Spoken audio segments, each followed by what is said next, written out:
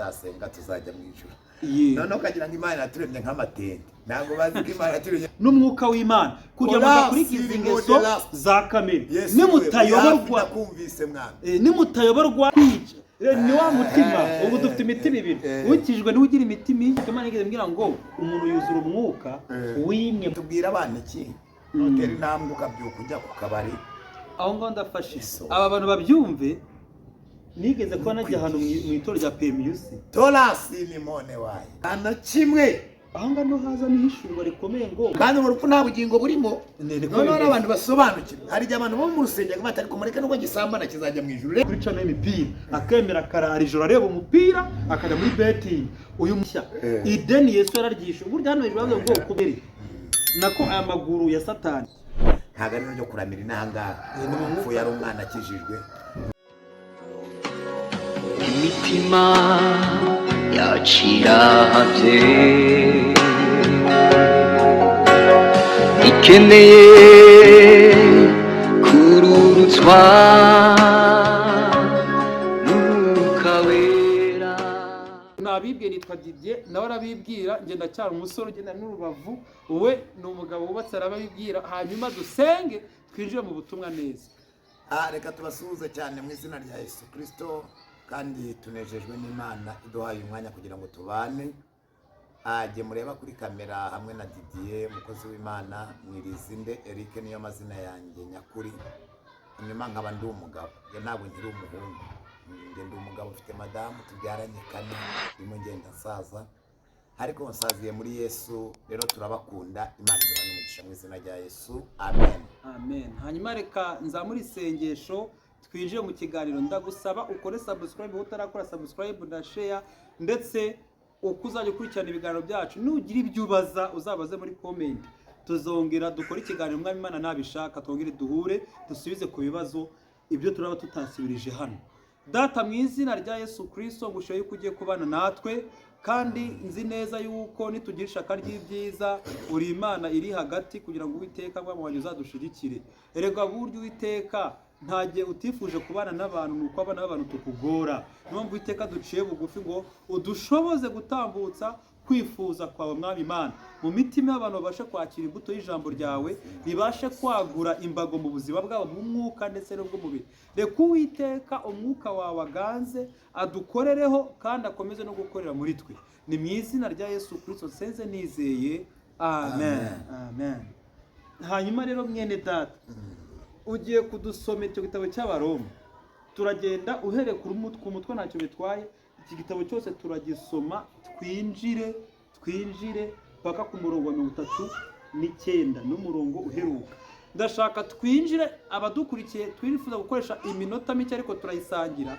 Aragenda avuga uko acyumva. Tugiye kugisoma, namara kugisoma igice cya 8 cy'Abaroma, urwandiko rw'Abaroma. Turaza igitabo cyose turasoma igice cya 8 cyose, hanyuma tuze kwibanda ku ijambo rivuga ni gute urugamba rwa kamere twarutsinda nk'abakiriye umwuka wera. Kubera ko ni urugamba rwa kamere n'umwuka. Aho turahashiraho urugamba kuko aratubwira uburyo rurwana, nandi ndabwira uko rurwana n'uburyo yumva uruhande rumwe ashobora gutsindwa akabunga ahangaha ndumva nananiwe. Kubera ko ubuntu buradushoboza burahari. Watangira umutwe w'amagambo aribyo babangoninganiza amagambo aravuga ngo imibereho mishya y'abari muri Kristo Yesu. Imibereho mishya hari indi mibereho bari bafite. None rero bagiye kutwereka iyo mibereho mishya y'abari muri Kristo Yesu. Tubanze mbere yuko tukwigisha cyangwa yuko dusoma abantu, icyo dushaka cyane abantu biye kumenya nuko hari abantu bariho bakubwira ngo Imana yatumenye kera, twasenga tutasenga tuzajya mu ijuru. None ukagira ngo Imana yaturemye nk'amatente, ntabwo bazi ko Imana yaturemye nk'ayaduhaye ubwenge kugira ngo mayindi yacu itekereze kandi ikaduha n'amahitamo. Iyo ubyibagiwe ubwabyo wabyishe, kuko ubu aka kanya ubisohotse utambaye ntabwo Imana yakwambika, kandi si uko itabishoboye ariko kuko yaguhaye ubwenge bumenya kwiyambika irakumenyeho. N'ikimenyetso cy'uko Imana iduha uburyo bw'uko tugomba gukoresha ubwenge, hanyuma umwuka agakoraho twananiwe. Ariho usanga nyine imibereho mishya muri Kristo Yesu itangira gukora mu rugamba rw'umwuka n'umubiri kabisa. Nuko n'umupagani azi kwambara, yego yararana inkweto azi kuzikuramo, kereka uwasinze waboze niba uzirarana nyine ko batabazahari ubwonko abatagifite amahitamo yatwawe n'undi mwuka. noneho niyo mpamvu tugira ngo abantu tuganire hatagira abantu bazibeshya Imana ngo yabwiye Yeremiya ngo nakumenye ntarakurema. Nibyo koko niko yamubwiye, ariko Aburahamu yamuhamagaye areba ari mukuru, na Mose imuhamagara ari mukuru. Imana igenda ihamagara cyangwa se igakora uko ishaka, ariko twese turema. Bibiliya yasomye ubundi twese yatumenye itaraturema muri rusange abazarimbuka, ariko Zaburi iravuga ngo Imana yenze kutugira nk'Imana ubwayo iburaho gato. Mu yandi magambo birigaragaza amahitamo menshi y'umuntu, hanyuma twe dushaka kugendera no kugira ngo umuntu atarakizwa nawe uza kutwumva amenye ko niba yumva hakiri vidi imubwira ngo ukwiye gukizwa, niwe ukwiye kumvira umwuka, ntabwo izagufata ku ngufu, adashatse ntiyawumvira. Hanyuma ikintu kiza kuzica abantu kenshi ni uko abantu bashaka kugaragaza ko nta muntu wakizwa kuko abishaka.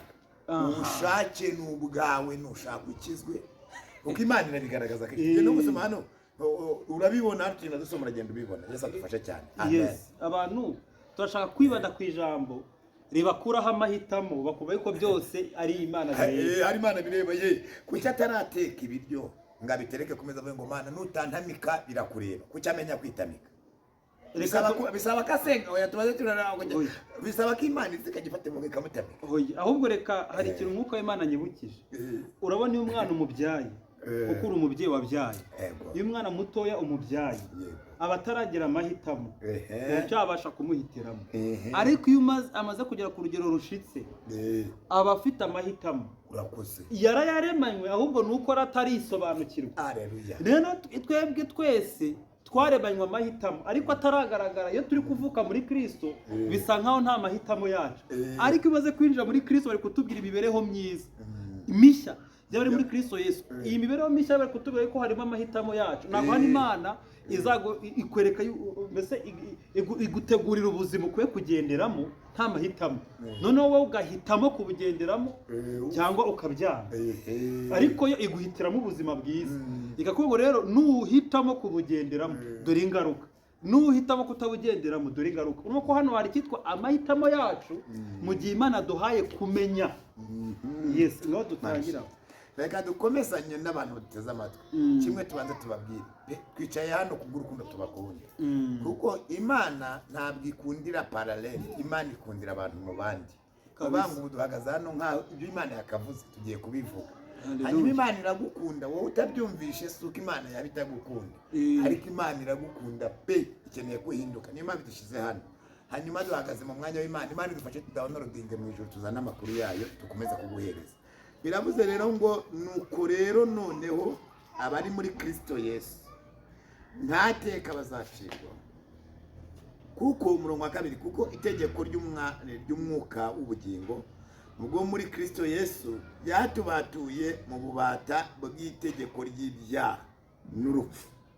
3 aravuze ngo kuko ibyo amategeko yananiwe gukora kubw'intege nke za kamere, numva kamere yacu, Imana yarishoboje ubwo yatangaga umwana wayo afite ishusho ya kamere y'ibyaha kuba igitambo cy'ibyaha, icira ibyaha bya kamereho iteka. Aha rero abantu bajya babarira bamaze kumva ahageze ku murongo wa 4. Nyemera ubanze uhasome n'abantu hararyoshye, tuhatize dushobora kutarangiza. Ubanze usome kino gice cyose turaza kugisubiramo tutotora ingingo aravuze ngo kugira ngo gukiranuka kw'amategeko gusohozwe muri twe abadakurikiza ibya kamere y'umubiri, ahubwo dukurikiza iby'umwuka. Abakurikiza ibya kamere y'umubiri bita iby'umubiri, naho abakurikiza iby'umwuka bita ku by'umwuka. Aho n'ubundi hari ifatiro. Umutima wa kamere utera urupfu, ariko umutima w'umwuka uzana ubugingo buhora. Ubwo ni imitima ibiri bavuza. Bamaze kuvuga ngo imitima ibiri hano ariyo za ntambara za kamere neza kubonekamo. 7 kuko umutima wa kamere ari umwanzi w'Imana. Ariko Mana, kuko umutima wa kamere ari umwanzi w'Imana, kuko utumvira amategeko y'Imana ndetse ntushobora kuyumvira. Erega burya abari mu butware bwa kamere ntibashobora kunezeza Imana.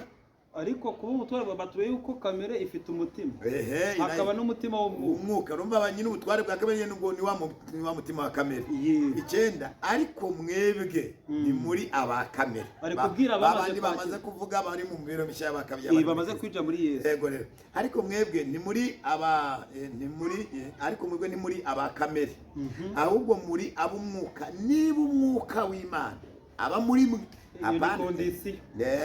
niba umwuka w'Imana aba muri mwe, ariko umuntu wese utagira umwuka wa Kristo ntaba ari uwe.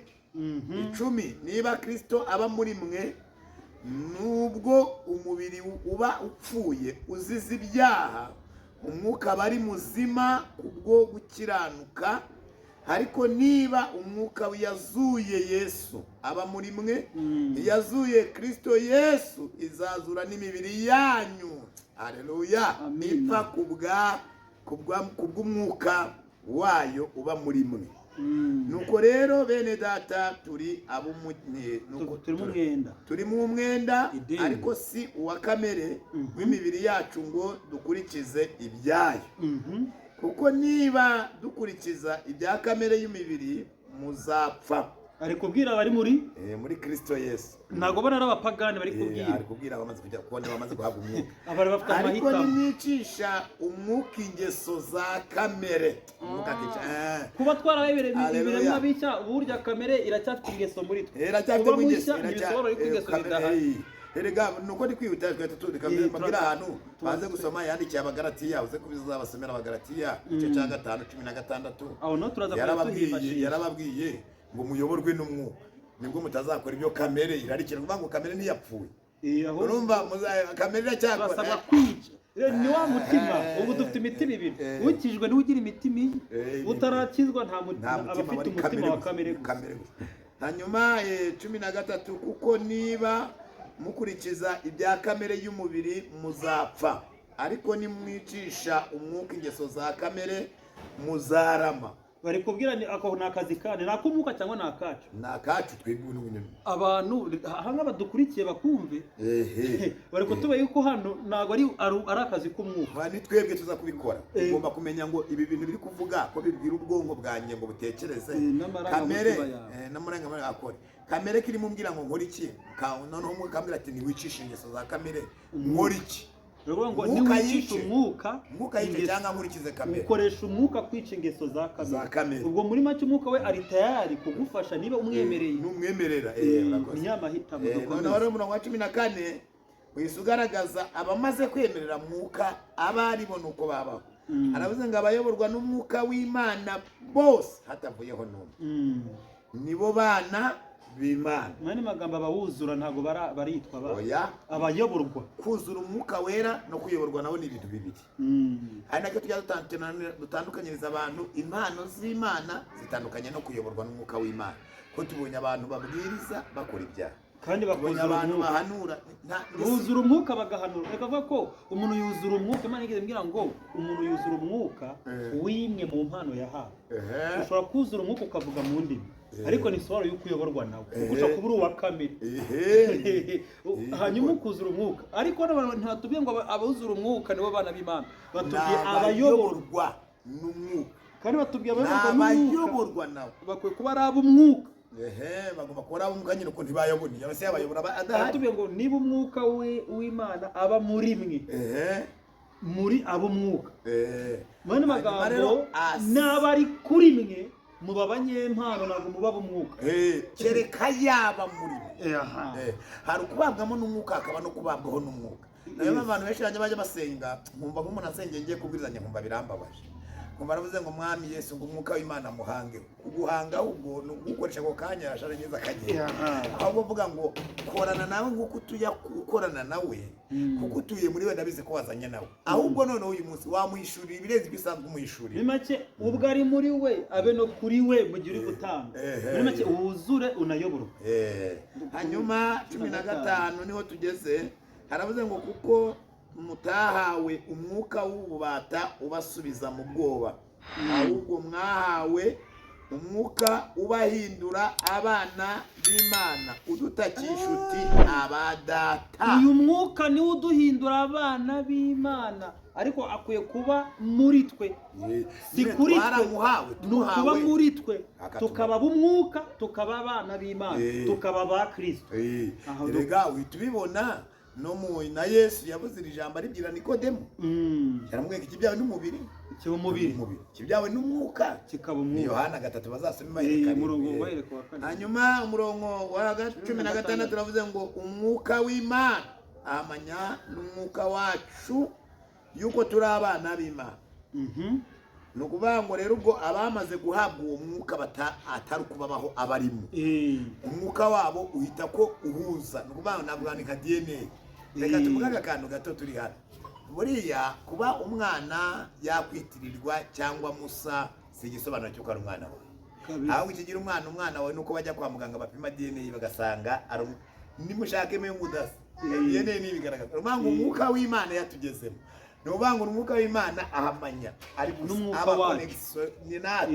abakonekite natwe, hanyuma wapima mu buryo bw'umwuka, waba uri burebere mu bakakureberamo ubumana, ukabona ubumana kuko twabaye abana b'Imana. Ni ukuvuga ngo Imana ni papa, umwuka w'Imana kuba ubumana ni ubumana butoya buri muri twe. Hanyuma umurongo wa 17 uravuze ngo kandi ubwo turi abana bayo turi n'abaragwa, ndetse turi abaragwa b'Imana, turi abaraganwa na Kristo niba tubabarana nawe. Ngo ko kumva ari kondisiyo ari kongera bizeye kataraje dusabwe mu turangi ngo niba tubabaranwa, numva niba tumaze guhabwa umwuka w'Imana n'imibabaro ya Kristo tugomba kuyemera. Kutayemera uri kwikura ko ni ukwivanaho kuba umwuka w'Imana. Ubwo rega Yesu yaravuze ngo niba igiti cyumye bakigeze intorezo, nako igiti kibisi bakigeze intorezo, ubwo ikimye cyo bashatse banagicana. Uvuga ngo ibyo yanyuzemo twemera ko tugomba kubinyuramo, kandi tunaganira n'abantu. Mu by'ukuri igituma abantu batanakizwa neza, twibutsa abantu ko tutasezeranijwe agakiza katarimo ibibazo, ahubwo twasezeranijwe imbaraga zinesha ibibazo mu gakiza. Ariko ntabwo twasezeranijwe agakiza kazira ibibazo, kuko n'uwakadusezeranije nawe ibyo yanyuzemo n'ibibazo kugira ngo kabagakize. Hanyuma guca mu bibazo si ikibazo kivuga ko Imana yagutaye, ahubwo hari igihe nzira y'ibibazo ari kujyana aho Imana igushaka. Rero abantu bakwiye no kubimenya.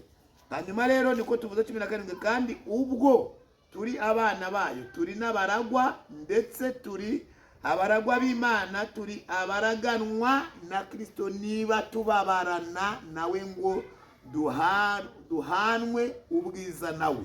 Uyu mwanditsi ariko wanega ndumva yaragiye ashiramo utuntu abantu basimbuka. Urumva avuze ibintu biryoshye hano, ukiri gufashwa wahita ashiraho kondisiyo ngo niba. Iyi niba rero ni burya yituma abantu benshi gukizwa bibananira. Iyi niba barayirengagiza. Niba tubabaranwa, ahantu hakomeza iyo ngo niba tubabarana nawe, ni kuba kumura ku gikombe cye buri ngo duhanwe ubwiza nawe.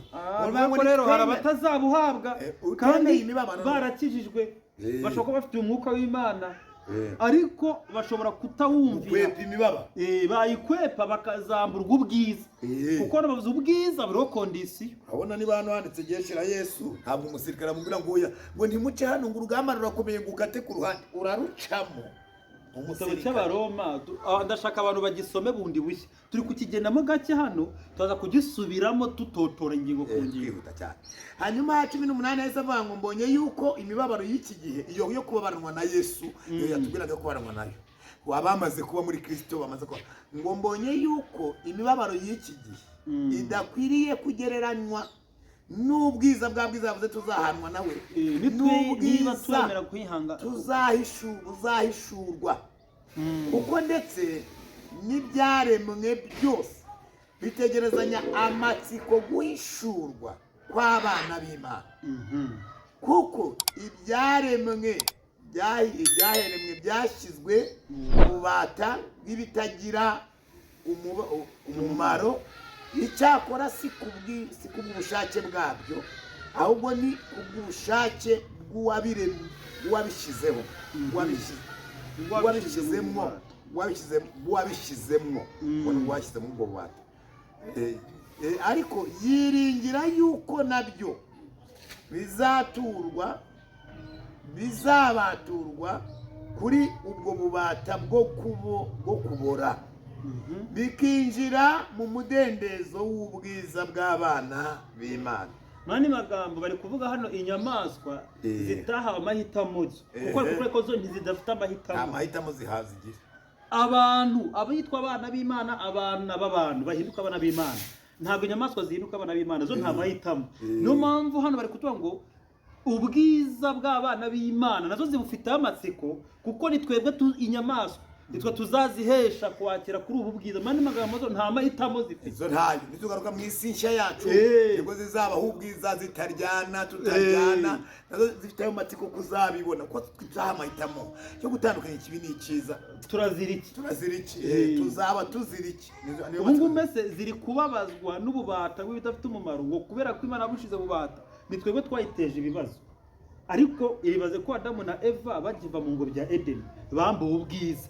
Ubu bwiza tuzagarurirwa ni ubwambuwe umuntu yari yararemewe kubamo. None n'inyamaswa zari ziburimo nta byo gupfa, urupfu ntabwo rwari kwinjira, ariko urupfu rwageze no ku nyamaswa nta mahitamo. Imana izishira kuko baratubwiye ngo ntabwo zabishatse, ntabwo arizo zakoze ikosa, ahubwo zashizwe mu bubata zizira ikosa. None ngo igihe ubwiza bw'Imana yaje kugarura bwa bwiza twabuze, bari kutubwira yuko ngo izi nyamaswa nazo zifite amatsiko yo kuzabona ubwiza bw'abana b'Imana, bazaba barembeye kwihanganira iyo mibabaro. Mani nazo ngira ngo niba Imana izabere mabundi bushya n'ibizabizura, ariko ngo bizahabwa ubwiza, si kubera ko byakijijwe, ahubwo ngo bizakorwa muri ubwo bubata bwo kubora bitishizemo. Uvuga ngo uwishize mu bubata niwe utazabukurwamo, ariko ibi byo kuko bitabyisizemo bizahabwa uwo mudendezo. Niko Bibiliya. Hari agakiza bavuga baravuga ngo Yesu birangije, ndumva ahubwo ari iby'inyamaswa. Inyamaswa zidafite amahitamo, kuko zo ntabwo zisaba kuyoborwa na inyamaswa kwitajya kugura itisi ngo idodeshe, inyamaswa itajya mu rusengero ngo isenge, inyamaswa ko nta mahitamo ifite. Niba tutari inyamaswa twebwe rero tugomba kugira amahitamo, kuko Imana yaravuze ngo tureme umuntu mu ishusho agenga ibyo, tumuha amarangamutima, amenye gushakisha, amenye kureba, amenye gukora, agira ubwenge, amenye ikibi n'icyiza. Hanyuma rero kuko reba icyambere ikintu kiriho, njye nk'ubu mfite umugore, naho nakwisinziriza nta wundi nabona we ku isi. Ubwo nongeye ku wundi ntabwo navuga ngo ni Imana ibyemeye n'ubushake, nta wundi waba wishize mu reba ukuntu Imana ikora ibintu bikomeye. Kuki impa amaso yo kumenya kuvuga ngo nta wundi uba ku isi, we niwe n'umugore wawe. Tuvane n'ibyo byo kunyurwa, icyo nshatse kuvuga cyuho, ku isi yose nta wundi we ubaho, kandi ibyo bintu ikabishyiramo nkabimenya, kandi ugahabwa no kubyizeza umutima.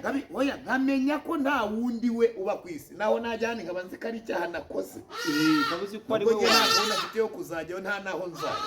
Ariko n'abajyayo nagira ngo batangarize ko azi neza ko umugore we ku isi yose nta wundi we ubaho, haboneka abo basa, abo bitiranwa. Ibyo si Imana iza kubigusobanurira, urabizi. Urwo ni urubavu rumwe rwakuwe muri Adamu, ntabwo wakuwemo ebyiri. Urakoze cyane. Umwuka wisagutse, icyo kuvuga ni iki, icyo sobanura hano cyumvikana, nuko mfite amahitamo yo kumenya gutandukanya iki na kiriya. Niyo mpamvu natandukanye ikibi n'icyiza, nibyo bizadushira mu rubanza. Niyo bizakira mu rubanza rero, niyo mpamvu njye ntari inyamaswa, niyo mpamvu yo yabigenewe ko byarangiye. None ntibirarangira, nzarwana na kamere, urugamba nzarwana kugeza Yesu aje cyangwa ngwema. Urakoze. Kadukomeze tutatangira umurongo wa 22 mbaraho tugeze. Yaravuze ngo tuzi yuko ibyaremwe byose binihira hamwe bikaramukirwa hamwe kugeza ubu, ariko sibyo bisa, ahubwo natwe abafite umuganura w'umwuka natwe tunihira mu mitima yacu dutekereza guhindurwa abana b'Imana. Haleluya. Tuba tukinihira muri uyu mutima yo bigenda uburya n'ubuvango rwa rugamba bavuze rwa kamere, tuba tukirwana narwo, dukomeza gutegereza guhindurwa abana b'iki. Muri magambo twabaye abana b'Imana, turi kubabo, tuzahindurwabo. N'urugendo twabaye abana b'Imana bize mu kwizera, turi guhindurwabo, dusangira kwera nayo, tuzahindurwabo tutacyambaye umubiri.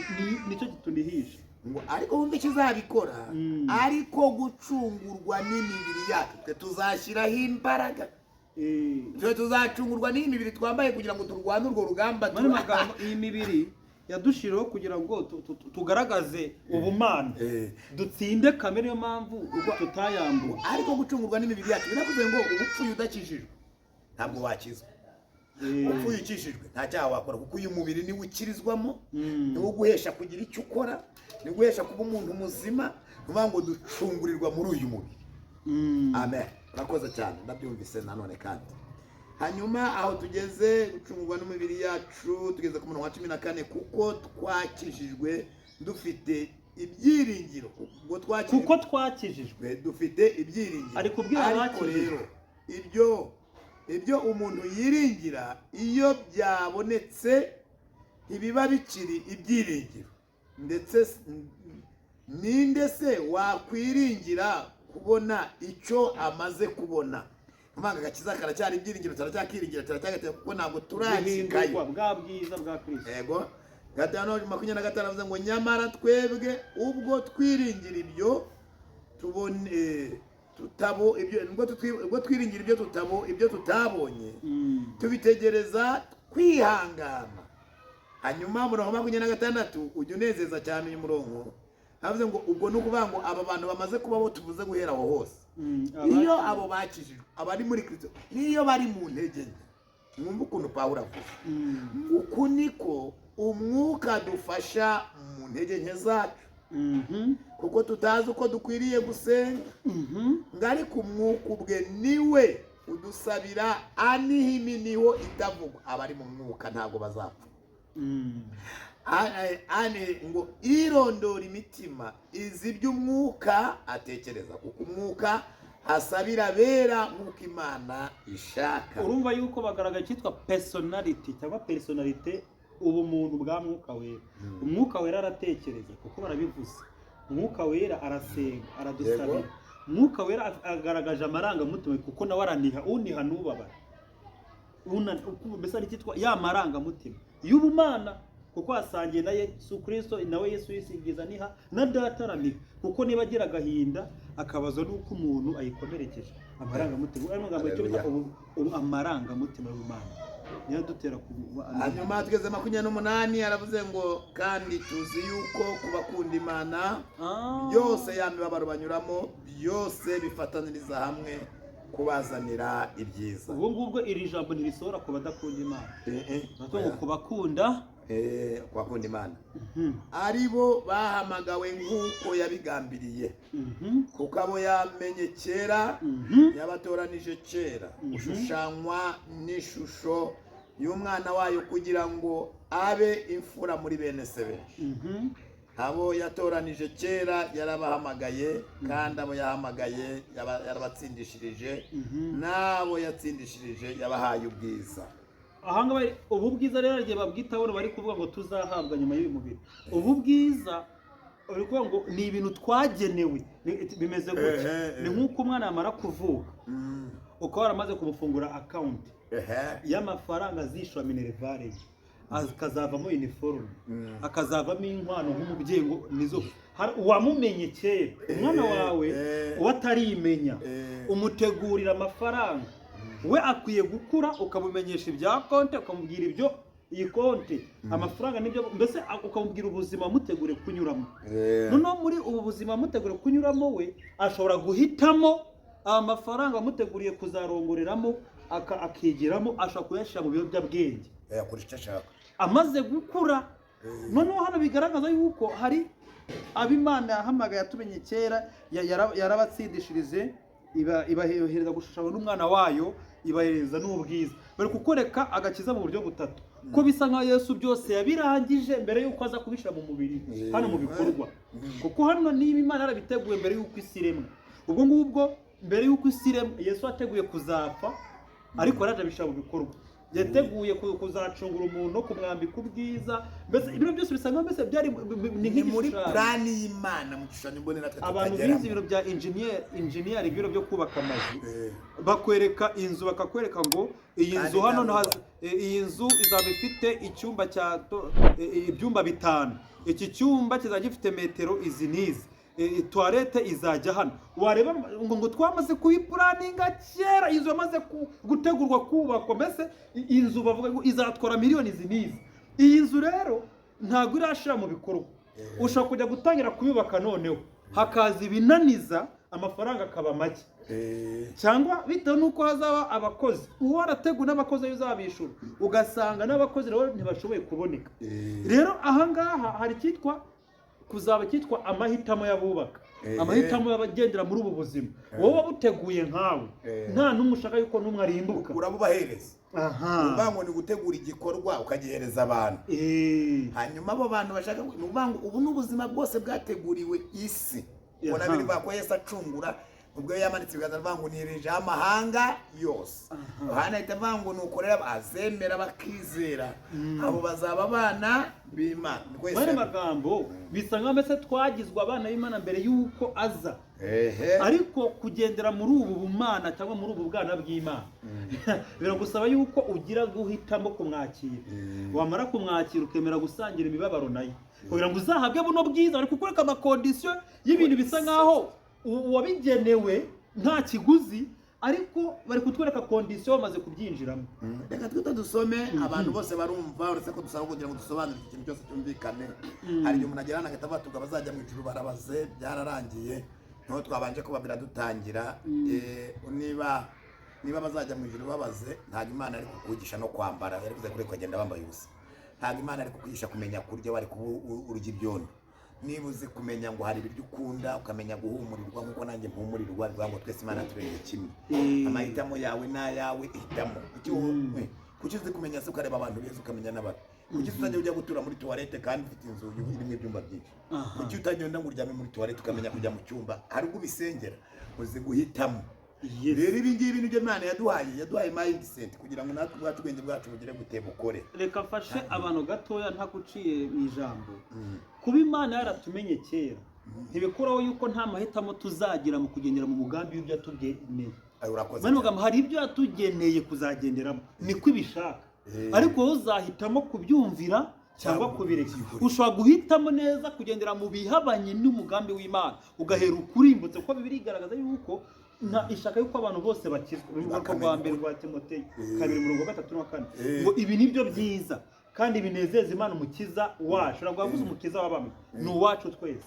Ngo ishaka yuko abantu bangaye bose yuko bakizwa. Ibi rero biri muri agenda yamaze kubitegura, cyangwa bose bakizwa. Hakaza ikibazo, bose bemera gukizwa? Oya, ntabwo bose babyemera. Ahubwo se abazarimbuka ko ari nabo benshi kuruta abazakizwa. None se Bibiliya ivuga yuko ntiyabamenye, yatumenye twese. Izi n'abazarimbuka umubare, ariko ntago izabagiramo uruhare kugira ngo barimbuke, bazabihitamo. Ariko yo yabageneye bose kuzahabwa buno bwiza, bose yabageneye gukizwa. Ubuntu buzaba abantu bose agakiza bwabonekeye bose. Rero ubwakiriye nibwo bukorera uwo murimo. Mbese ntabwo n'abantu bazitwaza ngo Imana arizi ko barandi wo kurimbuka, ahubwo wowe uhisemo. Wowe wahisemo iki? Yarabikugeneye ko bose bakizwa. Rero ushobora guhitamo kutagenda mu mugambi wo wakugeneye kuko utariroba. Reka tubwire abana iki, notera intambwe ukabyuka ujya ku kabari, ni amahitamo yawe. Ntuza ngo ni Imana bihisemo, yarabikugeneye. Ni amahitamo yawe. Nubyuka ugashaka gusenga uzasenga, bizakora. Nubyuka ugashaka bati ntayo nsenzi iyo Mana, nabwo bizayemera.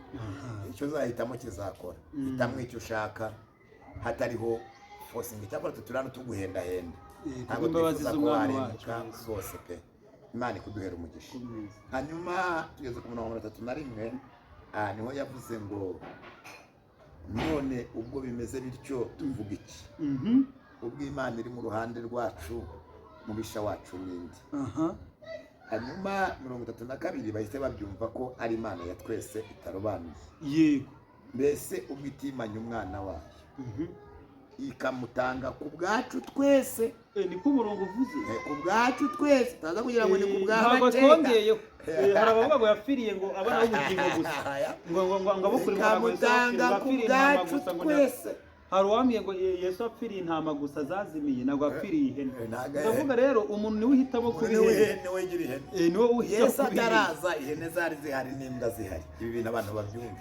Kuko niyo mpamvu wa mugore yamushyiriye umwana ati wangirije umwana. Aravuga ati hari ibyaha, hari ibyo kurya by'abana, ibyo by'imbwa byarangiye. Yesu aravuga ati ariko imbwa zarya n'utuvungukira. Yesu aravuga ati mbonye ukwizera kuruta no kurema Abisirayeli.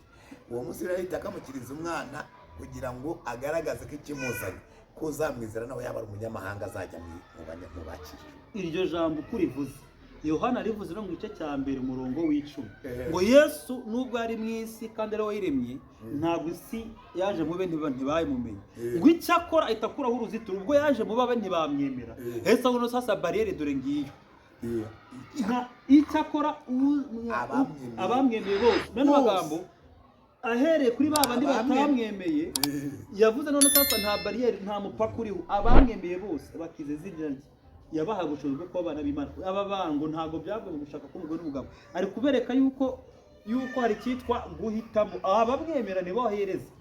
ubwo nutamwemera uba wikuyemo. dukomeze twumve. Aravuze ngo ikamutanga ku bwacu twese, buri muntu wese. ubwo abazarimbuka n'abatazarimbuka bose Yesu yaramubahaye. Yesu yarabapfiriye. niyo mahitamo nyine Yohana avuze icyakora bamwemeye bose bakizera bahabwa. noneho rero izabura iteka umuduhana n'ibindi byose. nkababarira hano ko abantu batangira gushaka ibindi byose aho kubanza gushaka uwo yaduhaye.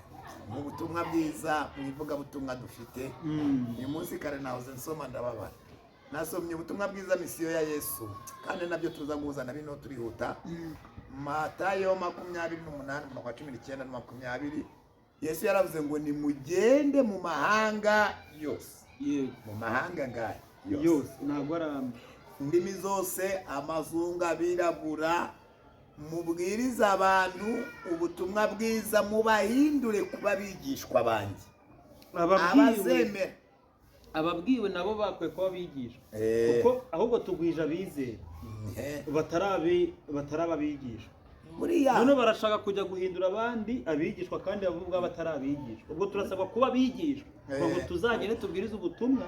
iyi miso ntabwo yangira ngo na Paulo yarabivuze hano mu Baroma aravuga ati se bakwizera bate batumvise, bakumva bate se batabwiwe, babwirwa bate se batatumwa abo bababwira bavaye. Yesu yatumye abigishwa bamaze kwigisha ngo mugende mwigishe kwitondera.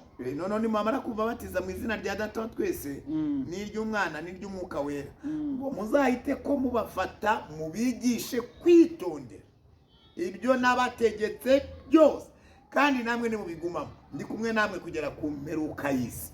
amagambo aho ngaho ndafashe aba bantu babyumve.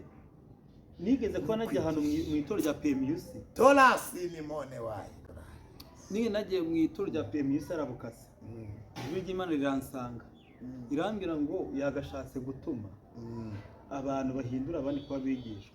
ariko Imana igiye kugenzura isanga mu itorero muri twebwe isanga abigishwa ntawe yatangira ubuhama yatuma, kubera ko ikiguzi cyo kuba umwigishwa kiri muri Yohana 15:8.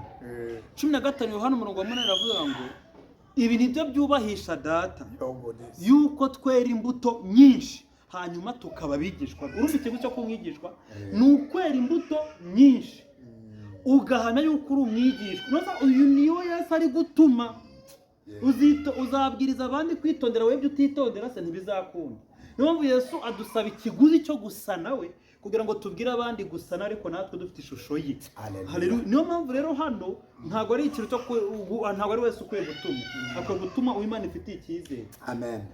Aravuze mu 35 aravuze ngo ninde uzaturenganya, ninde uzarenganya, ninde uzarenganya intore, ninde uzarega intore z'Imana. ni ikibazo. n'Imana kandi ariyo izitsindishiriza. ni ikibazo. ninde uzaziciraho iteka? ni Kristo Yesu kandi ari we wazipfiriye ndetse akaba yarazamutse ari iburyo yarazutse ndetse akaba yarazutse ari iburyo bw'Imana adusabira. adusabira 3:5 ninde wadutandukanya n'urukundo rwa Kristo? Mbese ni amakuba Oya. cyangwa ni ibyago? Ibi mu bintu bituma abantu badumurika baboneka gukizwa ni intambara bahura nazo muri uru rugendo. Hari nabwo abantu ko Yesu atadusezeraniza agakiza kabura ibibazo cyangwa kabura intambara cyangwa kabura urugamba, ahubwo adusezeraniza agakiza karimo imbaraga zinesha ibibazo kandi bihari tukabicamo nk'abatabibona, kuko ari muri Ndiyo 108 yavuze ngo ndi umukristo nzahora ndiwe mu bintu byose ngeze kugupfa. Ninde wadutandukanya n'urukundo rwa Kristo? Mbese ni amakuba cyangwa ni ibyago cyangwa ni ukurenganywa cyangwa ni inzara cyangwa ni ukwambara ubusa cyangwa ni ukuba mu kaga cyangwa ni inkota? Nk'uko byanditswe ngo turicwa umunsi ukira, bakuduhora twahwanijwe n'intama z'imbagwa. 34 bavuze ngo oya, ahubwo muri ibyo byose turushirizwaho kunesha n'uwadukunze, kuko menye neza yuko naho rwaba urupfu cyangwa ubugingo cyangwa abamarayika cyangwa abategeka cyangwa ibiriho cyangwa ibizaza cyangwa abafite ubushobozi cyangwa uburebure bw'igihagararo cyangwa uburebure bw'ikijyepfo cyangwa ikindi cyaremwe cyose kitabasha. uri murongo wa kangahe? Ikindi cyaremwe cyose 39 naho tugeze bakoresheje ngo ikindi cyaremwe cyose. Bishobora kuba hari igihari cyashaka kudutandukanya, ariko baravuze ngo nta kindi, nta na kimwe. ahanga no haza n'ihishurwa rikomeye ngo niweho wenyine. Nta kindi mu byaremwe byose kibasha kudutandukanya n'urukundo rw'Imana ruri muri Kristo Yesu, uretse wewe ubwawe uhisemo, kuko nta kindi. Muri bagabo ntabwo madamu wawe yagutandukanya n'urukundo rwa Kristo. Kandi Yesu yaravuze ngo nta ukunda umugore kumurutisha ntabwo yabumwigisha. Muri bagabo ntuzaba uhisemo. None ibi bintu ko bavuga ngo amwe nabo yahamagaye kuki Imana kiri kudutegeka ngo ukwiye kubaho ni wowe ibi. Hano dore ibintu biri gutandukanya abantu benshi. Ndaza kukwereka icyanditswe aho Paulo yavuze ngo abantu benshi bararikiye impiya ngo bituma bagwa bava mu byizerwa. Iri jambo hano ari kubabwira ngo kubura ibyo kurya, kubura imyambaro, urupfu, kubaho, abadayimoni, nta cyanwa cyose. Mani bagamo nta buzima ukwiye kubamo bukwiye kugutandukanya na Kristo. Nta kindi gifite ubwo bubasha. Mani bagabo bari kukubwira ngo ufite ububasha bwo kugutandukanya ni wewe ubwawe wakwitandukanya narwo ubihisemo, nta gufata ku ngufu. Ariko avuze yuko iyo mpamvu hano mu rubanza rero benshi bazavuga ngo ni runaka watumaga ntakizwa, ibyo ntabwo uzabiza, kuko baravuze ngo hano nta kiriho kindi, nta cyaremwe kindi. Iri jambo kindi bari kukwereka yuko hari igihari, ariko bakoresha ijambo ikindi. Ndashaka umurongo witeho ngo nta cyaremwe cyangwa icyaremwe cyangwa uburebure bw'igihagararo cyangwa uburebure bw'ikijyepfo cyangwa ikindi cyaremwe cyose. Hari ijambo ikindi cyaremwe cyose. Uri ikiremwe, ariko nta kindi cyaremwe gifite ububasha bwo kugutandukanya n'urukundo rwa Kristo kereka wowe. Kuko iri jambo yavuze ikindi, bari kuvuga yuko hari igihari kiri hirya yawe, ariko akaba ari wowe, nta kindi gihari uretse wewe ku giti cyawe, kuko ngo nta kindi cyaremwe cyose kibasha kugutandukanya n'urukundo rw'Imana. Bavuze ngo nta bamarayika, hasi aracyamanuka, ngo nta kubo, ibaze ko n'urupfu rwo rudafite ubwo bubasha. ngo ntibishobora kudutandukanya n'urukundo rw'Imana rubonerwa muri Kristo Yesu. Mubango yabo nta kubaho, nta rupfu, nta kaga, kuba mu kurenganywa, byose ikintu cyose ni wowe ubwawe. Kinari yabigaragaje hano ari kukwereka wa mugani risobanura ahantu Imana yenze kutugiraho ubumana, kuba nta cyaremwe kindi. Iri jambo ikindi cyose cyaremwe bari kukwereka yuko nta cyaremwe kindi gifite ububasha bwo kunyambura nge didi ubugingo buhoraho. Kirekire iki cyigisho mu minsi twabanye cyangwa tumaze gutandukana, unyumva hari ijambo nawarishe ngo ni wowe Imana ikeneye. Haleluya. Nta mpamvu ni wowe Imana ikeneye. Mba mvuga iki? Mu isi yose no mu ijuru ntaraba, nta wundi wowe uriho. aha ni wowe. Gushaka kubaho kwawe ni wowe ubishaka, gushaka kubaha Imana ni wowe ubishaka, gushaka ubuzima bwawe ni wowe ubishaka. Ntuzavuga ngo runaka ngo hari ikintu runaka yakoze cyatumye mba mu buntu bw'Imana, kuko nta wundi wowe uri ku isi, nta kindi cyaremwe cyose, nta yindi fotokopi yawe ibaho, nta yizabaho, nta cyaremwe. Kuva niyo mpamvu Imana igaragaza ko nta cyaremwe cyose, n'abadayimoni duhabwa ububasha kuvuga ngo nimurwanya Satani azabahunga. Uzi ko Imana yaduhaye ubwo burenganzira, batumwebwe mwe gusa mwegera Imana. yavuze ngo uri muri twe ari uturi mu isi. Hanyuma rero nta cyaremwe icyo ari cyo cyose gishobora kudutandukanya n'urukundo rwa Kristo Yesu. Haleluya, haleluya. numvaga ahangaha iyi ngingo ikomeye cyane ivuga ngo nta kindi, nta cyaremwe kindi cyose. Bari kukwereka yuko hari ikiremwa gihari ariko gitandukanyijwe n'ibindi biremwa byose. Ni ikiremwa ni weho nyir'ubwite, kandi icyo kirashaka, kandi icyo kirashaka kirahari, icyo kirabikeneye gushaka kugutandukanya. Hano baravuze ngo babanje kuvuga ariko kirahari gishaka. Bavuze wa mutima wa kabiri, wa wundi wa mbere, wa kamere. Wowe ngo ntushobora kumvira Imana. Uyu rero turasabwa kumenya yuko twakira undi mutima ushobora. None ataye sasa rwa rugama rwa kasa tujye kwinjira mu mizi noneho. Uri uduhere mu mizi, twajya kwita kuri iri jambo riri umurongo wa 5, kuko hano tugiye gusanga mese tugera dutaruka twasoma igice cyose iyo saza gutaruka umurongo wa 5 tugeze ku murongo wa 14. Hano ni wari urugamba rwa kamere n'umwuka, turabibuza n'abagarati. Ndashaka use nkaho wongera kuhasoma mwumve kugira ngo bibone na 5 gatanu. Navuze ngo abakurikiza ibya kamere y'umubiri bita ku by'umubiri, ubwo ntibyikora, barasabwa kubyiyambura cyangwa kubikurikira. Ngo abakurikiza ibya kamere y'umubiri bita ku by'imibiri yabo irarikira. Mane magambo, niba udashaka gukurikiza ibya kamere y'umubiri bigusaba kutita ibya kamere. Mane magambo, kwiyambura ubwo. hari abantu bavuga ngo njyewe ngo sinzongera gusambana ngo ndabiretse, hanyuma savuye ko byanze, hanyuma agahitamo gukurikiza ingeso z'ubusambana akagenda no gutendeka, kandi avuga ngo ntashaka kubikora. Ni gute uzavuga ngo ntushaka gusambana kandi uri kwita kubigutera ku gusambana? Uzaba uri ngo ntabwo uzongera kureba pornography bigutere kwikinisha.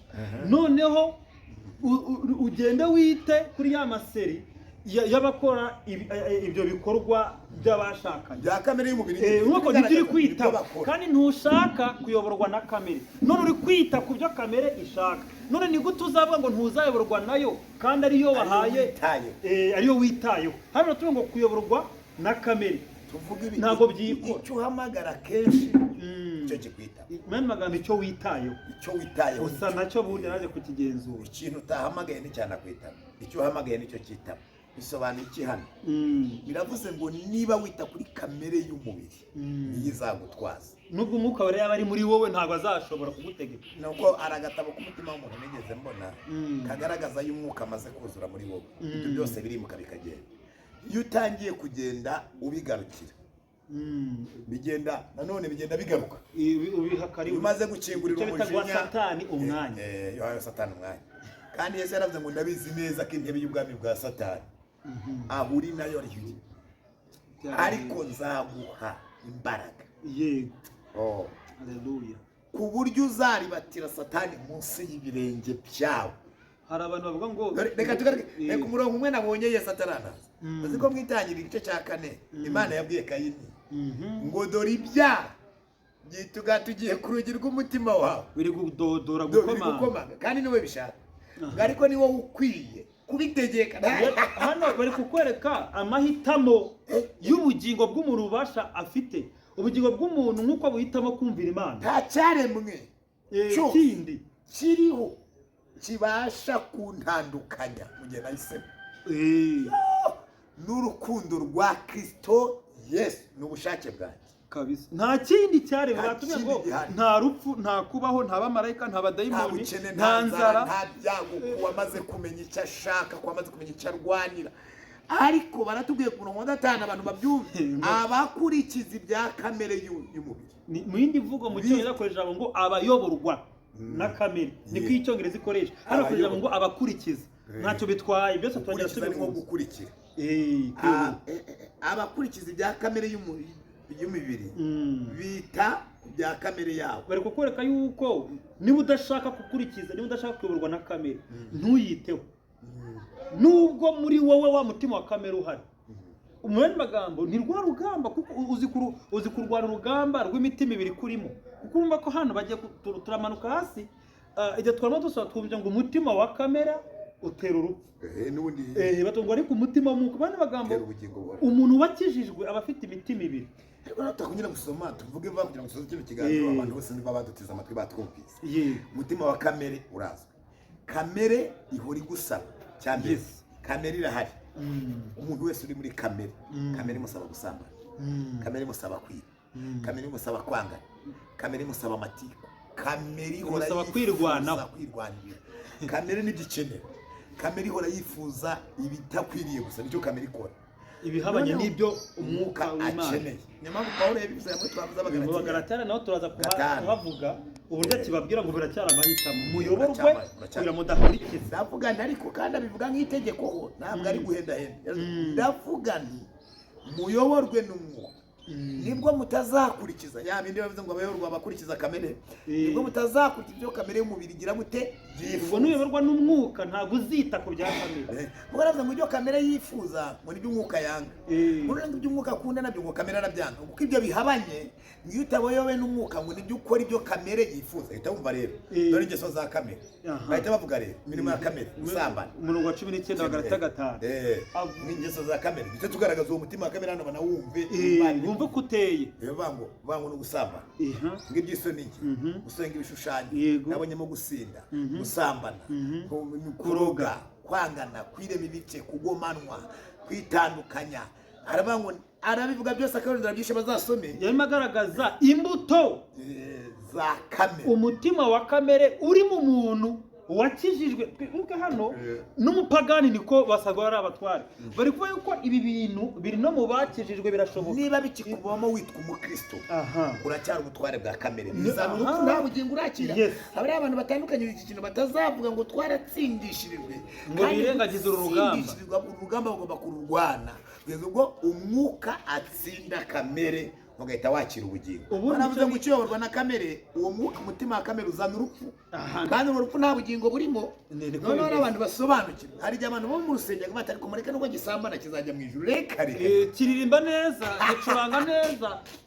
iyo yaririmbye abantu baruzurwa hoye ahangaha umwuka aba ari kuri we ariko hano turi kuvuga umwuka urimo ngo niba ahangaha niyo mpamvu tugarutse Yesu yaravuze ngo uwo mwuka naza azabana namwe ibihe bingahe byose kandi azatuyobora mu kuri azabayobora mu kuri kose ubwo nta rwitwazo dufite nta rwitwazo hanyuma rero tumaze kubona aho ngaho abakurikiza katongera tumaze dufashe n'aba bantu abantu batazagira ngo iyo mirimo kamere tuyivaho batazagira ngo kuba mu mwuka no kuvuga indimi yego kuyoborwa n'umwuka si indimi si no kwera ikendi kubwiriza ngiye mitani tangurira nzongera umuntu abandi bivugaho ko nyine bizi n'umwana w'Imana nta nicyanandukanya na Yesu narabimaze ko ibi ni imyanzuro nayibonye no kugandira umutima ugafata umwanzuro Yesu akaza agashyigikira ubundi nabonye Imana idufasha mu byo tudashoboye ibyo dushoboye natubwira ngo namwe nimukore nibikubwira ngo tanga imbabazi kubera icyo utababarira kubera ikibigusaba nuko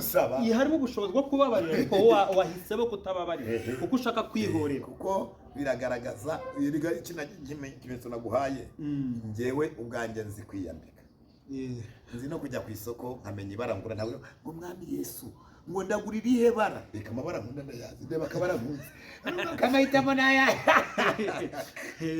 umugira n'ibiryo nkunda akaba nibyo urumva nabyo yamahitamo kandi njyewe nemere kurya byose Imana nabo yarangire neza njye ndya byose noneho ariko ikirabisi cyari rwose ariko hari ibyo numva nkunze hari n'ibyo wumva udashaka urumva atari amahitamo Imana ariyo ibirya n'ibyo birya niyo ngiye kuryama menya gukuramo inkweto kugira ngo ntaruze amashuka kandi ntabwo Imana ibara ngo wakuyemo inkweto ntabwo unaryamanye inkweto ntabwo iburana nawe yazirekeramo ni wowe uzaba ugiye kwirushya kuko uzayamesa reka tugaragara bari kukwereka kuyoborwa n'umwuka noneho tuza kureba imbuto z'umwuka 22 yazivuze avuga ngo imbuto y'umwuka ni urukundo. Ushobora kuba utaravuga ku rurimi ariko ufite umwuka. numvaga kano kantu urabona uyu murongo wa 5 urasa n'uriya uvuze uri mu Bagalatiya igice cya 5 umurongo wa 19 imirimo ya kamere yera ku murongo wa 19 kuza ku murongo wa 21 aragiza ngo ntimuzitwaze ngo ntimuzi kamere uko ikora abireka imirimo yayo aravuga ndababwira hakiri kare nkuko nababwiye ubushize ari kubwira abantu bafite umwuka wera kabakora ibimeze biri batazinjira muri ubwo bwami nubwo bari winima Yesu we bari barabugenewe ariko kuba biyambuye bakanga kurwana urwo rugamba rw'umwuka abanze kubateguza muyoborwe abanze kubateguza muyoborwe n'umwuka w'Imana kugira ngo bakurikize ingeso za kamere nimutayoborwa nimutayoborwa nizi bone ngo kuyoborwa bigaragarira mu mbuto twera nicyo bashatse kugaragaza biragaragaza abera izo mbuto nibo bayoborwa naho abuzura bakabwiriza mu mpano gusa bakaba mu mpano ntibayoborwa asabura ko tugaragara tireko twasoza mani baduhera umugisha turabakunda Urama 6 tugezeho uravuze ngo umutima wa kamere utera urupfu wa 5 warutarawurangiza sori wa 5 narawo urangiza ukongera usubiremo na yaravuze ngo abakurikiza ibya kamere y'umubiri bita ku by'umubiri n'abakurikiza iby'umwuka bita ku by'umwuka kuko ariko kuyoborwa n'umwuka n'amahitamo burya hano hantu hagaragaza amahitamo abakurikiza abayoborwa n'umwuka cyangwa abakurikiza iby'umwuka basaba kwita ku by'umwuka nibi ubwo ngubwo abashaka kuyoborwa n'umwuka nibita ku bya kamere nizategeka ntawe uzavuga ngo wintegeka kandi uri kwita ku byanjye uri kwita ku byanjye muri kukuyobora sina kuyobora ndabuza ndagutegeka urako bari kutubira ngo kugira ngo kamere itegeke nuko wita ku byayo mani magambo kamere ishaka gutegeka igihe cyose bitaye ku byayo niba wita ku by'umwuka kamere urayicogoza utajya kwicisha mwuka ingeso za kamere mani magambo haranirwa rugamba erega abantu babyumva ubwami bwose burayobora iyo uyobotse burayobora iyo uvuze ngo ryamura ryama iyo uvuze ngo byukura hanyuma rero kamere y'umwuka nuyemera izayobora kamere ya kamere nuyemera nayo izayobora ubwo ikiguyobora amenye cyari cyo bikagaragarira mu mbuto 6 twihutira kugira ngo twasoze umutima wa kamere utera urupfu ariko umutima w'umwuka uzana ubugingo buhoraho bari kukwereka ingaruka zo kuyoborwa rero abantu bemere ushaka ubugingo bufate ushaka urupfu arufate abari kubwirwa bafite imitima yombi uwa kamere n'uw'umwuka wamenya kuza kurwana narinzi yuko umuntu umaze gukizwa akabicyari mu gishya ibyakera bibe bishize narinzi yuko umutima wa kamere uba utagihari ariko naje kugenzura nsanga muri njyewe nsanga kamere iracyasaba ibihabanye n'umwuka nibyo iyo paratabisobanura twari kugira ngo nitwe tutarakizwa ariko iyo atabisobanura ariko nawe yaravuze ngo iyo ashatse gukora ibyiza ari igihe yisanga ko zibatigeze tegana ndabwo burya nubwo nabaye cyangwa gisanga ndumva iyi kamere birasaba hano ni atama igice cya 7 niba bivugiye cy'abaroma ariko hano arimo atanga igisubizo kugira ngo batazitwaza ko ibya kamere bigomba gutsindwa n'umwuka umwuka akwiye kuganza hanyuma 7 kuko umutima wa kamere ari umwanzi w'Imana iyo burya hariho abantu banga Imana kuko Mana we babarira aba bantu n'ukuri umutima wa kamere ni umwanzi w'Imana muri kamere zacu turabanzi b'Imana Yesu we muri kamere z'umwuka tukabira amategeko y'Imana ndetse ntushobora kuyumvira niyo mpamvu n'urugamba ruhoraho Yesu we kandi umutima wa kamere kubwira ati kora muka akavuga ati no kamera ati kora no erega Yakobo yigeze abivuga narabikunze mu rwandiko yanditse rwa mbere icyo cyawe nako mu rwandiko rumagira icyo cya mbere umurongo wa 13 yaravuze ngo umuntu niyo ashaka gukora ibibi ye kuvuga ngo ni Imana imwoheje kuko Imana itoshwe ibibi ngo nano yabyoheje umuntu yishwa na ryarari rye ngo ry'ibyararikiye ngo ryarari rigatwita kubera kurwana na kamere nayemere ngo mwana magambo we mu gihe yumva birarikiye ahita byitaho yabyitayeho kamere ihita itwara yabona ngo urango satani yanyoheje kandi niwe wamuhaye umwanya kuko satani we ntabwo agufatira umwanzuro ahubwo we satani ari tayari kugushigikira nuhitamo gukora ibyo kamere yawe ishaka satani ari tayari kugushigikira mu gihe rigatwita rikabyara icyaha numva ya kamere bavugaga mu gihe rwa rugamba rwari ruhari gushukashuka n'ibyo urarikiye urumva ko uhise wica ya kamere ryarari riri kwitegura ibyarariyo ya kamere ikagukuramo inda y'icyaha y'icyaha ntikivuke ariko iyo kiretse kikavuga ngo kiza kugera kikabyara urupfu kandi urupfu rumaze ryarari ushobora kuryiciramo ntirigere ku cyo ryashakaga gukora ugahita rwa rugamba haleluya mana we ngo irari riratwita rikabyara icyaha mu gihe wagize inda y'irari kandi ryabyara icyaha mu gihe kamere kiguhata kujya gukora iki kintu urwanye ntukigereho ni rwa rugamba rwa kamere n'umwuka utsinze kamere umwuka aranesheje dore ishusho hano Imana impaye inzaniye mu iyereka ibintu turi kuvuga bisaga kwa kuri umuntu afite telekomande agahindura cano ushobora gushiraho cano ya babandi bambaye ubusa babyina ikimanso iyi cano ni wowe uhisemo kuyireba nuyireba iratsa umubiri wawe iragutera uzasanga hari uburyo bambaye niba uri umukobwa uzifuza no kwambara ibintu bigize uko rero n'abana baza bakabireba bazabira ababyeyi ko se bama ko nabonye hari ababyira bambaye utuntu tugeza hano nanjye wanguriye umwambaro urako umwana umuteje kurarikira kubera iki wamuhaye kwita ku bya kamere byo bari kugaragaza kuri TV noneho hano wowe akaba uhindura cano ufite telekomande hindura cano aho hari ijambo ry'Imana ni uhindura cano aho ari kumva ijambo ry'Imana hano uhitaye ku by'umwuka hano niho umwuka uzahita gutera ngo hano ndatsinzwe hano reko ngo ni byiza yuko ndeka ubusabanye ndeka kubeshya ijambo ry'Imana ko gukubita ritangira gukubita kwicira za ngeso za kamera urute gupanga kujya kwambara ubusa uri gupanga kujya gusambana uhinduye cano ni ijambo ry'Imana iryagukubita ukahita ufata umwanzuro wo kuyoboka umwuka hano rero mu gihe yose n'umwuka niko gukuramo inda ugatsinda inda yacano y'ubusambanyi wari mureberaho ariko ijambo ry'Imana nuko we yaryitayeho n'iry'umwuka rigutera rero gukuramo inda iya kamere y'ibyo wari mureba bya kamere irarikira urumva ko runo ni urugamba rw'amahitamo wahitamo cano ushaka gukurikira cano uzahitamo izakugaburira hanyuma ugenda ushira mu bikorwa ibyo yakugaburiye rero nuhitamo cano y'ibyambaye ubusa kuhitamo za cano za comedy gusa akumva ijambo ry'Imana yaryitaho aba bantu uzasanga no mu biganiro byabo azakubwiriza papa saba zasohotse cyashya so kubatesha agaciro harabita kuri cano y'imipira akemera karara ijoro areba umupira akajya muri betting uyu muntu imvugo yo uzayisangamo yuko ibyo yitayeho nibyo azaganira twebwe turi kugana ku ijambo ry'Imana kubera iki kuko nibyo twitayeho ni nabwo buzima nabwo ubuzima bwacu yes hano twavuga iyi Mana izaniye ishusho kugira ngo sobanure bumve ko icyo uhisemo kibasha kugira ubutware bwo kuguhindura ucyemereye kikakuyobora ugakora n'ibyacyo biterwa na cano ariko niwo wahisemo ntago cano yishizeho niwo wayishizeho niwo washyizemo telefone ni yawe televiziyo ni yawe ibyo ukoramo ni ibyawe ayo ni amahitamo yawe si Imana iza kuguhitiramo si Satani uza kuguhitiramo uruhare rw'Imana ni uruhe ngo hitamo cano yanjye icyo gusa niko umwuka nticyakubwira gusa hanyuma nibishaka urabikora hanyuma y'amaboko ni ayacu telefone ni yawe yikoresha icyo ushaka televiziyo ni yawe yishyiremo ibyo ushaka ariko ye kuvuga ngo nkuruma ngo ni Satani washute Satani ntabwo yigeze afata amaboko yawe MBZ abonema niwo washizeho uhitamo iyi telekomande niwo wahisemo tugeze ku murongo w'umunani aravuze ngo erega abari mu butware bwa kamere ntibashobora kunezeza Imana bari kuvuga ngo abemeye kuyoborwa na kamere bakita ku bya kamere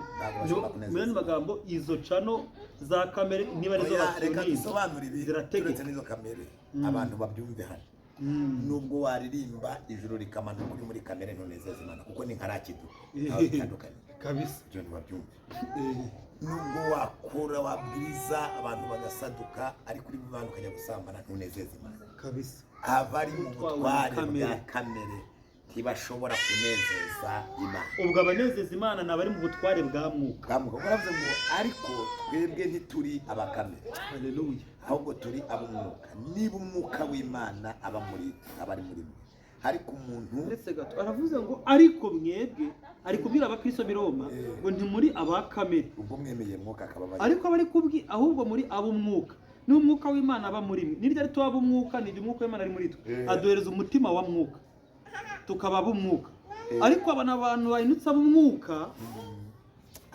bafite undi mutima wa kamere urwanya uwo mwuka bakiriye mushyashya ariko umuntu wese utagira umwuka wa Kristo ntaba ari uwe Kristo aba muri mwe nibwo umubiri wa kamere umubiri uba upfuye uzize ibyaha.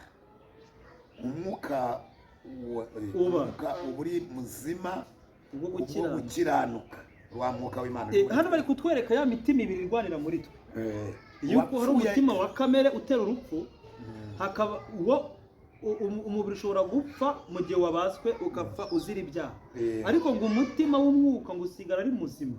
Hano hakaza icyo birashoboka yuko umutima w'umwuka wakurwa mu muntu wawakiriye, kuko nicyo ni ikindi kibazo.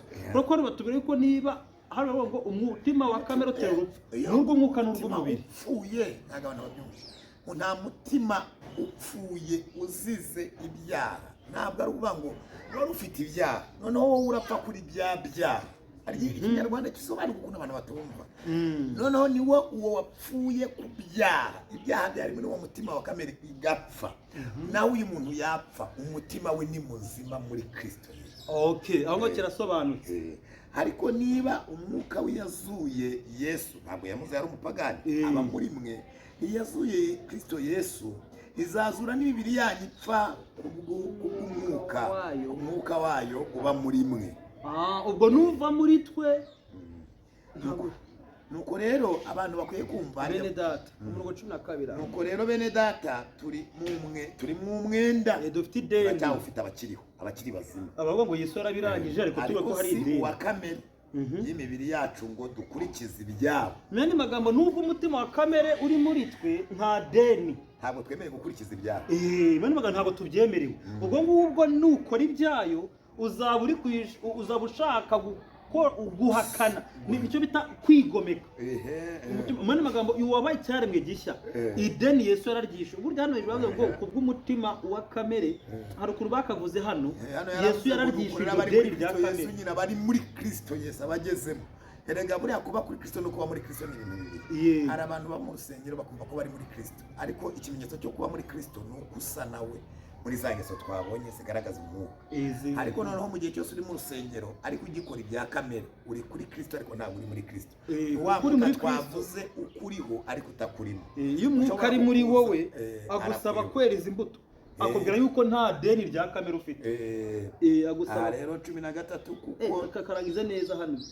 Nuko rero bene data turi mu mwenda, iryo deni rirahari, ariko si uwa kamere. Umwenda turimo no kujya mu bwami, n'utuyobora n'umwuka, si uwa kamere ngo dukurikize ibyaha, ngo si uwa kamere y'imibiri ngo dukurikize ibyaha.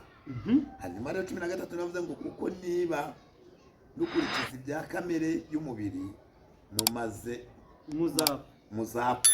Ari kubwira abantu b'umwuka, ubwo ntabwo bakira abakamere, kuko nababwiye umurongo cyera ngo ariko mwebwe ni muri abakamere, abo muri ab'umwuka n'umwuka w'Imana bari muri mwe. Abangaba bari kuvugana nabo, ariko nimuza kwibeshya mukaza. Ari kubabwira ngo birashoboka, aravuga ngo birashoboka gukurikiza ibya kamere uhisemo, nubwo nta deni rya kamere ufite, ngo kuko niba mukurikiza ibya kamere y'umubiri muzapfa. Bivuga yuko birashoboka umuntu w'umwuka kuba. Noneho rwa rugamba tuhise tubona ko umurongo turangiza bavuze rero, ariko nimwicisha umwuka ingeso za kamere muzarama. Haleluya. Urugamba niho rero ruzingiye. Nahanga urugamba ruri nana tugiye gusoreza. Yego. Hanyuma rero ahisa bisobanura avuga ko abo ngabo bamaze kwicisha umwuka ingeso za kamere. Ikimenyetso kibagaragaza niki? Nuko bayoborwa n'uwo mwuka. Bivuga yuko rero abayoborwa n'umwuka bica ingeso za kamere. Kuko baravuze ni nabo bana b'Imana. Mani magambo dukora mu buzima buhamya ko turi abana b'Imana, ushoboye bunesha, bwizera ko bugomba kunesha. Kandi iki tukivuga hano tukiri hano. Yego. Nanumva nje sinumva ukuntu umuntu wabaye uw'Imana yumva ko Satani ari kwiye kumutegeka. Bite turavuga ngo ijiri imbaraga za Satani hari imbaraga z'Imana. Nje ndatwarwa n'Imana kuki Satani ari wintegeka. Wamugani kora yuko uri muri twe. Batuye yuko ikindi deni dufite. Burya niye kubwira abantu amaguru ya Satani afite amaguru abiri. Iyi si na kamere zacu. Ukuyeho kamere yawe ugakuraho n'isi, Satani yabona ye gutegeka umuntu. Yagukura. Rero aya maguru ya kamere nako aya maguru ya Satani, kamere n'isi turimo, turasabwa twebwe kubiganza, kuko nta deni dufite ry'isi, nta deni dufite rya kamere. Batubwiye umwenda dufite hano mu murongo wa 12 ngo ni uw'umwuka, ngo dukurikize iby'umwuka. Kandi dusaba gukurikiza iby'umwuka bigusaba kwita ku by'umwuka. umurongo wa gatatu ariko batubwiye Eh, gukurikiza iby'umwuka ni uko wita ku by'umwuka. Aha niho turi gusoreza aho ngaho. hanyuma abo bamaze kwakira uwo mwenda bawurimo bazi ko ari uw'Imana ngo bagomba kuyoborwa nabo. Haleluya. Yahise avuga ngo abayoborwa n'umwuka w'Imana bose nibo bana b'Imana. Twasa nk'abasubiye mu gusoma ariko tuba bari ikiganiro cyawe kirekire Kuko twashatse hano kuhakubitaho cyane inyundo, kuko ari ijambo nagukase ijambo ushaka ko uvugaho nayo nshaka ngo abe ariryo urangirizaho. Washatse gusobanura abayoborwa n'umwuka ni izihe mbuto bagaragaza. Mu Bagalatiya hari agatabo kane na kabiri ari bwagaragaje. Hanyuma umuntu wese Yesu yigeze avuga ijambo mu butumwa bwiza bwese kubwanisa na Yohana igice cya 8 ndabyibuka ku murongo wa 31 aravuga ngo nuko Yesu abwira abayuda bamwemeye. Aha, bigaragaza ko hari n'abataramwemeye. Aha niho abantu rero bashobora kwibeshya ngo abantu bose Imana ngo arabatoranije, abamwemeye bose arabakira. No mu bayuda hari n'abataramwemeye. uriya murongo uzi ko bayikondisiyo ngo nimuguma, arababwira ati rero nimuguma mu ijambo ryanjye muzamenye ukuri nako kuzababatura. yarababwiye ngo nibwo muzababigishwa banjye nyakuri. Numva ko bari magambo abamwizeye arabashidikanya kubera yuko kamere ishobora gutwara, ariko ari kubabwira ngo nimwicisha umwuka ingeso za kamere muzahamya ko muri abanjye. Noneho dore ikintu kibabaje gikomeye kuri iryo jambo rikomeye, ikintu bamushubije abantu banze kwemera, ni nayo mpamvu gukizwa bigorana. Baramubwiye ngo kuki twise imbata tutarigeze tuba imbata y'umuntu wese, kandi mu by'ukuri bamaze imyaka 400 ari imbata muri Egiputa, ariko ntibemera. N'uyu munsi abantu ntibemera guki rero ngo buri wese aba imbata y'icyaha. Ahita basobanura ko iyo umuntu agikora ibyaha aba ari imbata yawe. Umwana n'aba bato abantu bakwemeye kubaturwa n'Imana.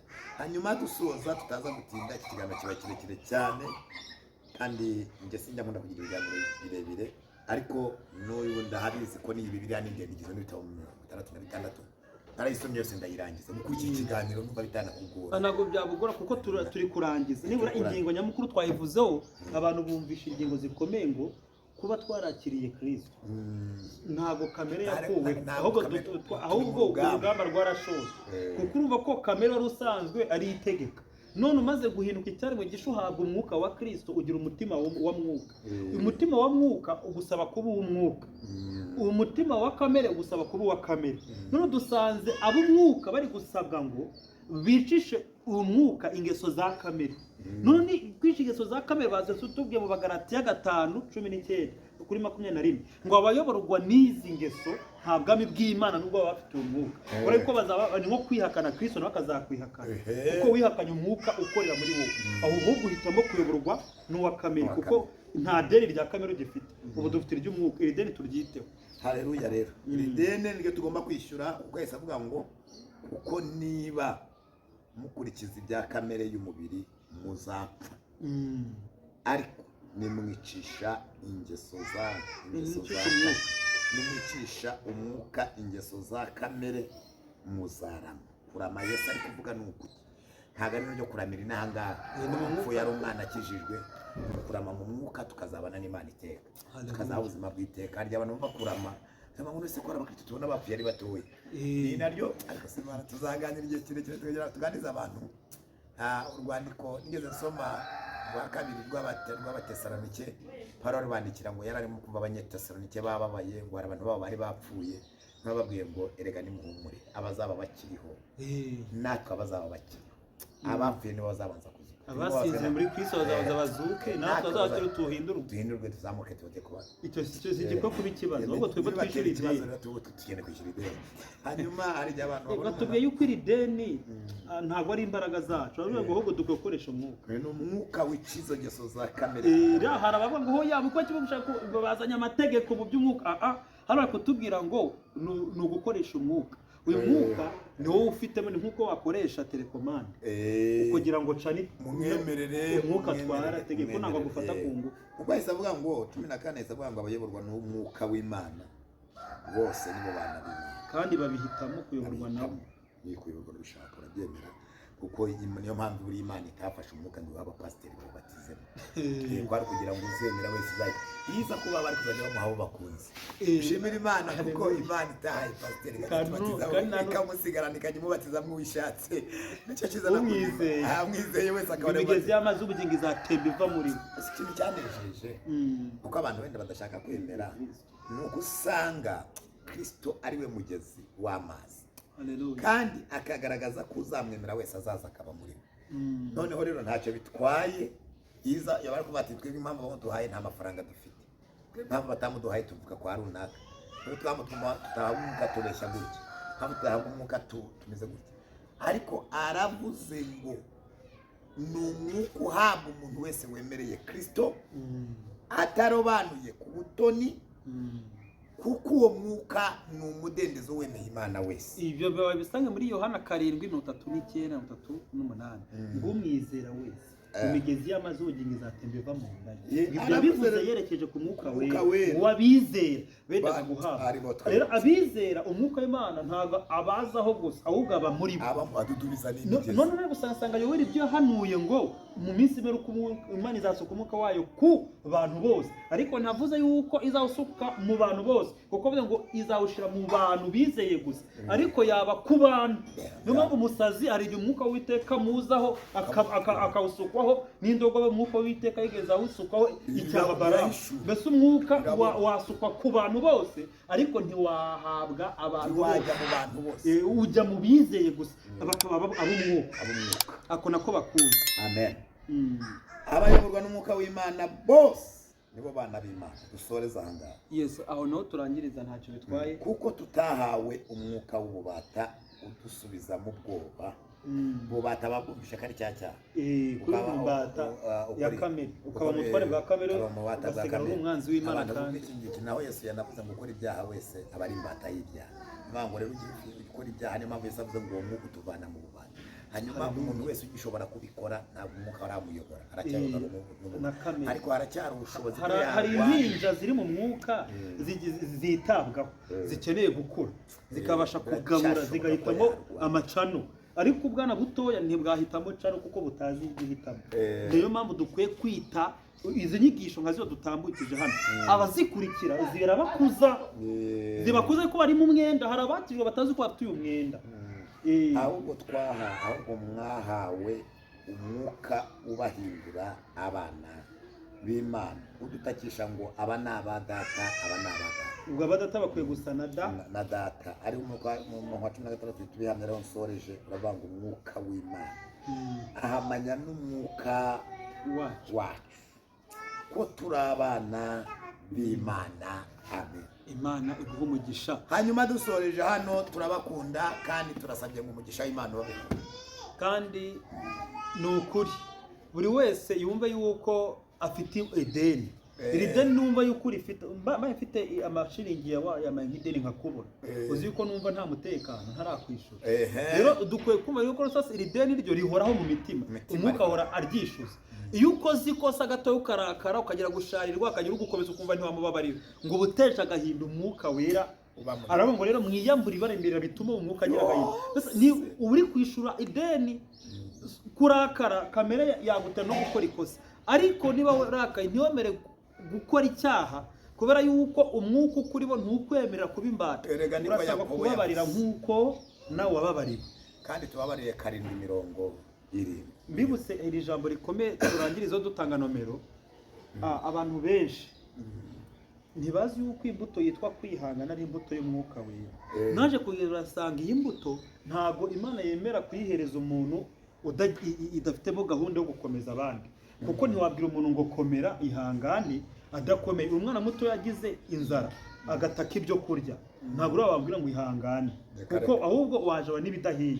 Ariko umuntu wera imbuto yitwa kwihangana niyo umuntu wateye intambwe mu mwuka ubasha gukomeza abandi. Mane magambo imbuto yo kwihangana tuyibonera mu kugeragezwa no mu kubabara. No tubwira ngo hayirwa bihanganira bagerageza kugeza igihe cyo kwemera. Kandi iki kintu abantu bakigarukeho, ntabwo ugeragezwa ari umenya ko yemewe, ahubwo umugerageza n'umenya ko mugejeje ngo aha ngaha aremewe reka muhereze ikamba. Niyo mpamvu rero nta kigeragezo na kimwe gikomeye kubavuga ngo ariko Imana ngo ngirandenganya ngo oya ngo geragejwe bihagije ngo mbabaje bihagije Imana ibihagije niyizi bihagije Imana niyizi bikwiriye ahubwo iyi mbuto bareke isohoze kwihangana ngo gusohoze umurimo wako rero ana amagambo yakubajyaga avuga bamwe bagakomera ngo ntabwo tubwira ibinezeza ariko ni imbuto ikuza umukristo wese wakijijwe Imana ibampira umugisha amen uraduhereza nomero nanjye ntange yanjye ntacyo bitwaye hanyuma dusenge isengesho Imana ibaho umugisha yanjye nomero yanjye ni 07 nyuma ariko reka tuwushyiraho prise yo mu Rwanda guteranya 250 guteranya 250 78 365 4 hanyuma ya hano mu Uganda ko mwino minsi turi gukunda kuhaba nayo ni Airtel ubwo nayo no guteranya 256 56 hanyuma 7 4 2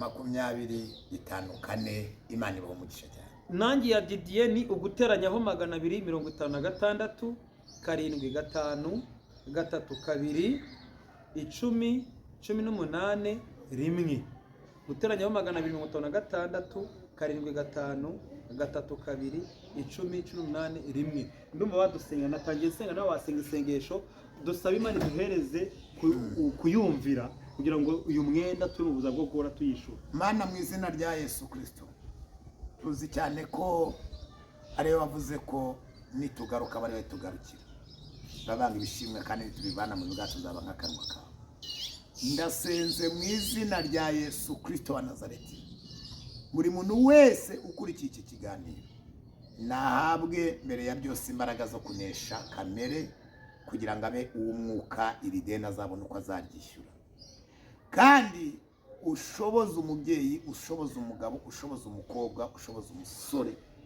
kuko turi no nk'abashyitsi n'abimukira ijambo ryawe nirigwire muri twe kandi rigwiza imbaraga udushoboze kuyoborwa n'umwuka kugira ngo duhinduke abana b'Imana ndasengera buri wese uteze amatwi iri jambo ryawe umwuka w'Imana namubeho umwuka w'Imana namuyobore umwuka w'Imana namwigishe kandi waduhaye ubutware muri uwo mwuka ko nidusaba tuzahabwa twakomanga tugakingura dusabiye abantu amahoro isi datanga tubasabiye abantu komorwa ibikomere batewe n'iminsi n'ibihe dusabiye abantu kugirirwa neza n'Imana kandi umwuka wabanye n'abigishwa bakajya bakiza n'indwara kino kiganiro ugikurikiye akumva ko umwuka wera akora yizerera amakiremo n'indwara mu izina rya Yesu Kristo ngaho bikorere kuyibahesha abantu bayoborwa n'umwuka wubaka ingo neza bayoborwa n'umwuka wera babe mu itorero bakijijwe izina ryo ntabwo ikibara turagushimiye uzamuri ibendera ryo gutsinda mu izina rya Yesu Kristo amen. Imbuto twera nizo zihamya umwuka udukoreramo ko tuyobowe nawe ariko impano dufite zahamya yuko umwuka akorera kuri twe rero duharanire gukoreshwa n'Imana ariko twera n'imbuto ziyikwiriye abihariye